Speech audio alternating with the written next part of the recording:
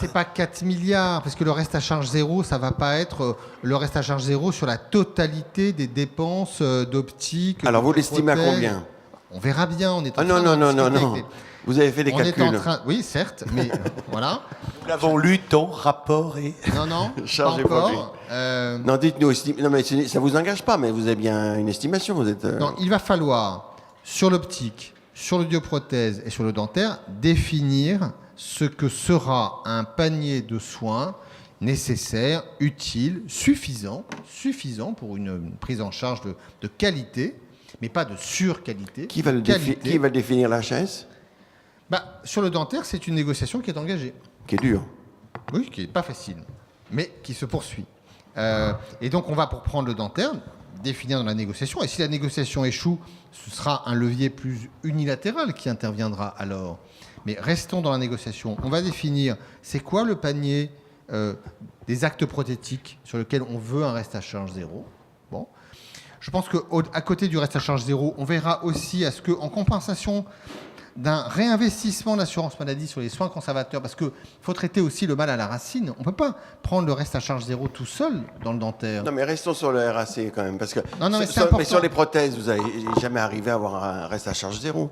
Non, mais pourquoi est-ce que les choses vont se boucler? Parce que d'abord, on va, ce qu'on a déjà fait il y a un an, mais sans succès, dire aux chirurgiens dentistes, sortons de la situation dans laquelle on s'est collectivement installé depuis une trentaine d'années, où vous laissant partir dans une liberté tarifaire sur vos actes prothétiques, un peu le même système que pour le secteur 2 des médecins, l'assurance maladie, du coup, arrête de revaloriser vos tarifs. Ce qui s'est passé pour les soins conservateurs en dentaire. Donc, réinvestissons significativement dans vos soins conservateurs pour permettre un autre équilibre des cabinets dentaires. Et en contrepartie, on met en place sur des paniers soit du reste à charge zéro, soit du reste à charge maîtrisé, avec chaque fois des plafonds que l'on fixe.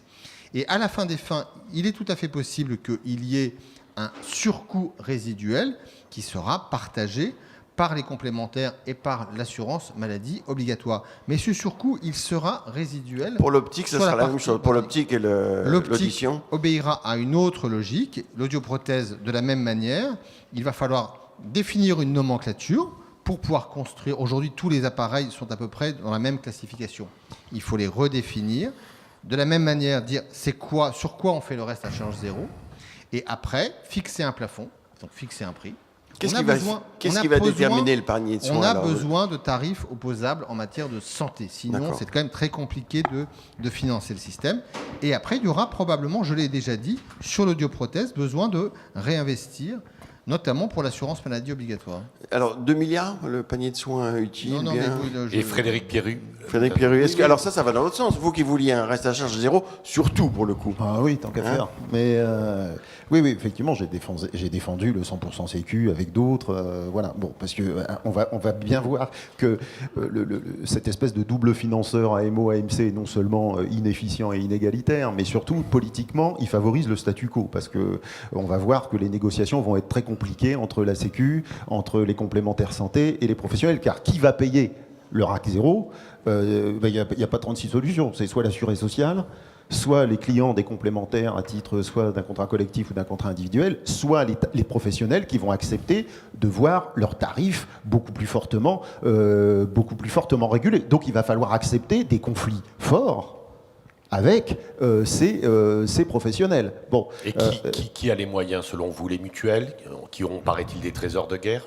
Oui, alors ça, sur les trésors de guerre des mutuelles, à titre personnel, je considère que c'est à la sécurité sociale et pas aux complémentaires de prendre en charge ce panier de soins.